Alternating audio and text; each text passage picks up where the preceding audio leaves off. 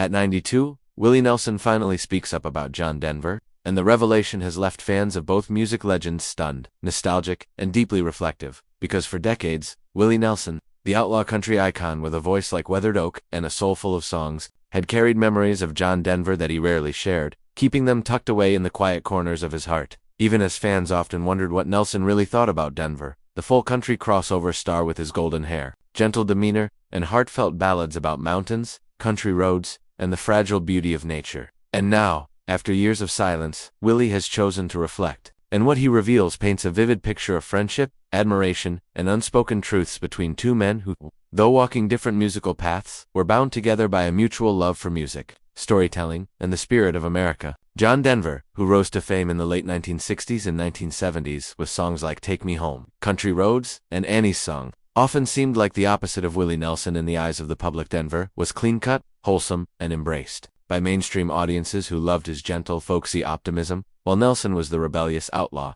with long braids, a rugged look, and songs like Whiskey River that embodied a rougher, freer edge of country music. Yet what most people never knew was that beneath those surface differences lay a mutual respect, because Nelson admired Denver's gift for melody and sincerity, while Denver admired Willie's fearlessness, his authenticity, and his refusal to bow to the music industry's demands. For years, rumors circulated about tension between the two, fueled by critics who loved to pit their contrasting images against each other. But Willie now sets the record straight, explaining that he never once hated John Denver, and in fact, he considered him one of the purest songwriters he had ever known. A man who wrote not for fame or fortune, but because he believed in the power of music to heal, to comfort, and to connect. And Nelson admits that when Denver died in 1997, in that tragic plane crash off the California coast, he wept, because he lost not only a fellow musician but a kindred spirit, whose songs had touched his own life in ways he never publicly revealed. Willie shares that he and Denver often crossed paths at festivals, charity concerts, and even private gatherings where they would swap songs late into the night.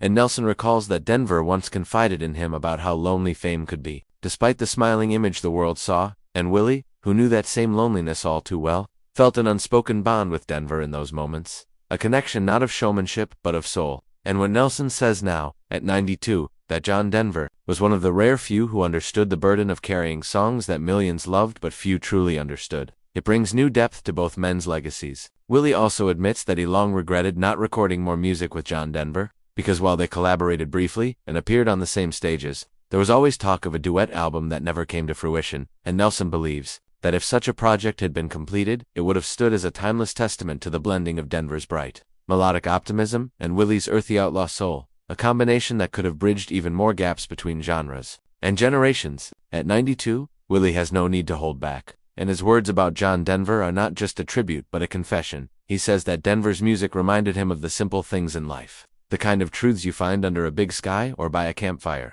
and that whenever he hears Rocky Mountain High or Sunshine on My Shoulders, he still feels John's presence. As if Denver's voice was not silenced by tragedy, but continues to echo across the mountains, rivers, and plains they both loved so deeply. Fans who grew up listening to both men now see their connection in a new light, because Nelson's reflections reveal that their differences were never divisions, but rather two sides of the same coin, two men with guitars in their hands, singing America's soul in their own unique ways. And while John Denver's life ended far too soon, Willie Nelson's heartfelt words at 92 finally closed the circle, offering the world not only closure but also a reminder that true respect and friendship can outlast even death, carried forward in the songs that never fade, the memories that never die, and the voices that still sing in the wind.